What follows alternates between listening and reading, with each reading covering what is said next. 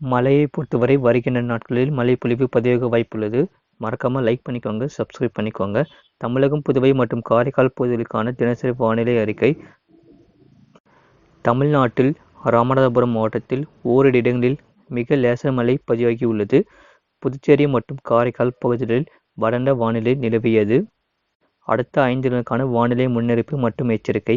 கிழக்கு திசை காற்றின் வேக மாறுபாடு காரணமாக தமிழக கடலோர மாவட்டங்கள், அதனை ஒட்டிய மாவட்டங்கள் மற்றும் புதுச்சேரி, காரைக்கால் பகுதிகளில் ஓரிரு இடங்களில் லேசான முதல் மிதமான மழை பெய்யக்கூடும். 24ஆம் தேதியில் தென் தமிழக மாவட்டங்கள், டெல்டா மற்றும் அதனை ஒட்டிய மாவட்டங்கள் மற்றும் காரைக்கால் பகுதிகளில் ஓரிரு இடங்களில் லேசான முதல் மிதமான மழை பெய்யக்கூடும். 25ஆம் தேதியில் தமிழக கடலோர மாவட்டங்கள், அதனை ஒட்டிய மாவட்டங்கள் மற்றும் புதுச்சேரி, காரைக்கால் பகுதிகளில் ஓரிரு இடங்களில் லேசான மழை பதிவாக வாய்ப்புள்ளது. 26ஆம் தேதி முதல் 27ஆம் தேதி வரை தமிழக கடலோர மாவட்டங்கள் மற்றும் அதனை ஒட்டிய மாவட்டங்கள், புதுச்சேரி, காரைக்கால் பகுதிகளில் ஓரிரு இடங்களில் லேசான முதல் மிதமான மழை பெய்யக்கூடும். சென்னை மற்றும் புறநகர் பகுதிகளுக்கான வானிலை முன்னறிவிப்பு.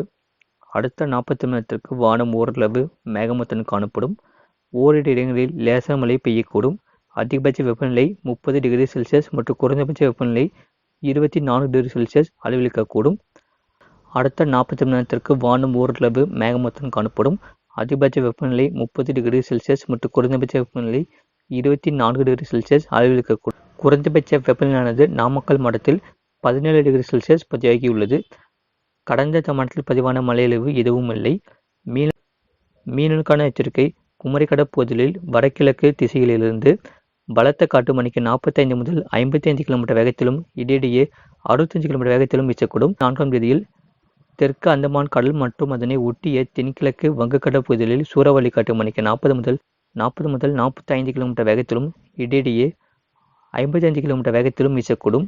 25ஆம் தேதி முதல் 26ஆம் தேதி வரை தெற்கு வங்கக்கடலில் மத்திய பகுதிகள் மற்றும் அதனை ஒட்டிய தெற்கு அந்தமான் கடல் பகுதிகளில் சூறாவளி காற்று மணிக்கு 40 முதல் 45 கிலோமீட்டர் வேகத்திலும் இடையிடையே 55 கிலோமீட்டர் வேகத்திலும் வீசக்கூடும். 7ஆம் தேதியில் இலங்கையை ஒட்டிய தென்மேற்கு வங்கக்கடல் பகுதிகள் சூறாவளி காற்று மணிக்கு 40 முதல் 45 கிலோமீட்டர் வேகத்திலும் இடையிடையே 55 கிலோமீட்டர் வேகத்திலும் வீசக்கூடும். மேற்குறிப்பிட்ட நாட்களில் மீனவர்கள் இப்பகுதிக்கு செல்ல வேண்டாம் என்று அறிவித்துள்ளார்கள். இது போன்ற செய்திகளை உடனுக்குடன் அறிந்து கொள்ள மறக்காம சேனலை சப்ஸ்கிரைப் செய்யுங்கள், மற்றவர்களுக்கு தெரியப்படுத்த ஷேர் செய்யுங்கள்.